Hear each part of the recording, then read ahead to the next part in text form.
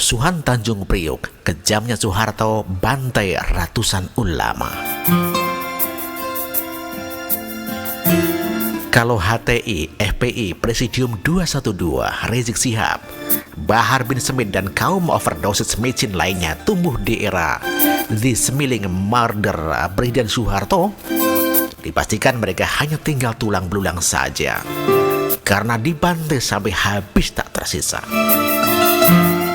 Di era tangan besi Soeharto, gerombolan micin macam HTI, FPI, Presidium Alumni 212, Rizik Syihab, Bahar bin Smith itu obatnya cuma satu. Dihajar pakai rentetan peluru dari moncong senjata otomatis, selesai perkara. Ini terjadi pada tanggal 12 September tahun 1984 yang silam. Peristiwa saat itu dikenal dengan peristiwa pembantaian Tanjung Priok yang menewaskan kurang lebih 400 massa umat Islam dan para ulama, ustadz dan habaib melalui moncong senjata militer Orba saat itu.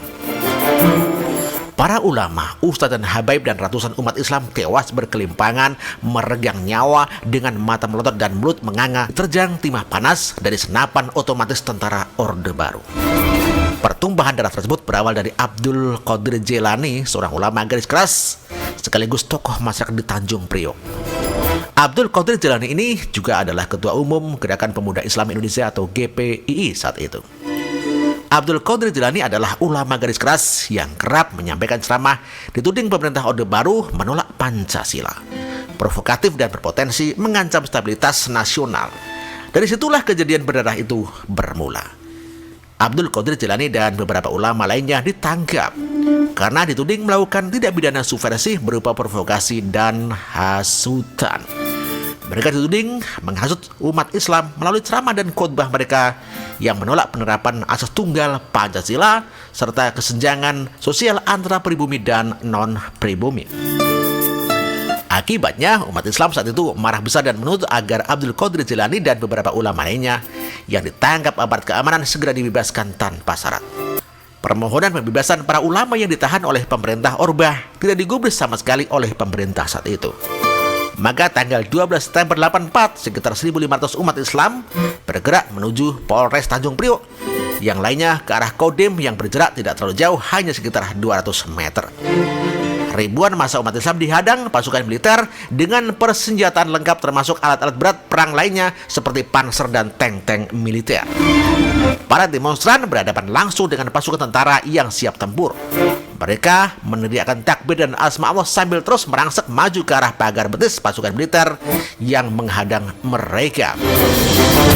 Tanpa disadari oleh para demonstran, mereka telah dikepung dari segala penjuru dan oleh pasukan militer.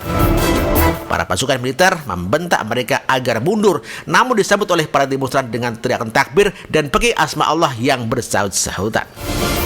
Tiba-tiba militer mundur 2 langkah, lalu terdengarlah suara rentetan tembakan yang memekakkan telinga di tengah kerumunan banyak orang saat itu. Rentetan tembakan tersebut diikuti oleh pasukan militer lain yang langsung memuntahkan peluru secara sporadis dari moncong senjata mereka ke arah ribuan umat Islam yang merangsek maju sambil meneriakkan takbir dan asma Allah saat itu. Ribuan umat Islam pun langsung lari tunggang langgang dan tumbang berkelimbangan dihajar tembakan di punggung. Lalu tersungkur berlumuran darah dan tewas dengan mata melotot dan mulut menganga. Dalam sekejap, jalanan dipenuhi dengan mayat manusia yang tewas bersimbah darah.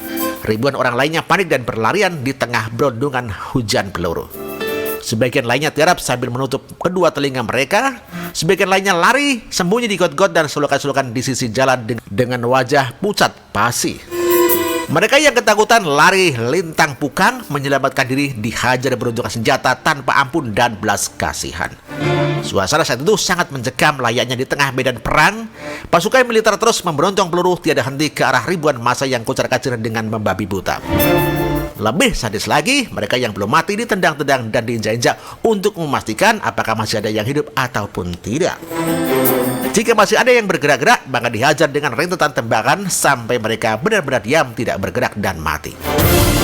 Di saat yang bersamaan, dari arah pelabuhan Tanjung Priok berdatangan konvoi truk militer yang mengangkut pasukan tambahan yang melaju dengan kecepatan tinggi.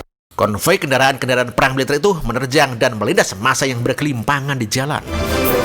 Teriakan jerit kesakitan menyatu dengan bunyi gemeretak tulang-tulang yang remuk di lindas truk tentara yang besar-besar itu. Dari atas truk-truk militer, para pasukan memuntahkan peluru-peluru tajam dari senjata-senjata otomatis ke arah ribuan jamaah yang sedang tertiarap dan bersembunyi di pinggir-pinggir jalan, got-got, dan selokan. Kurang lebih 400 orang tewas ketika dalam kejadian berdarah itu. Belum termasuk korban luka parah yang kelojotan karena berontongan tembakan dan korban yang menghilang entah kemana, tidak tentu rimbanya. Truk-truk besar tersebut lalu berhenti dan turunlah para pasukan militer. Mereka mengambil mayat-mayat yang berkelimpangan di jalan raya dan selokan, lalu melemparkan mayat-mayat tersebut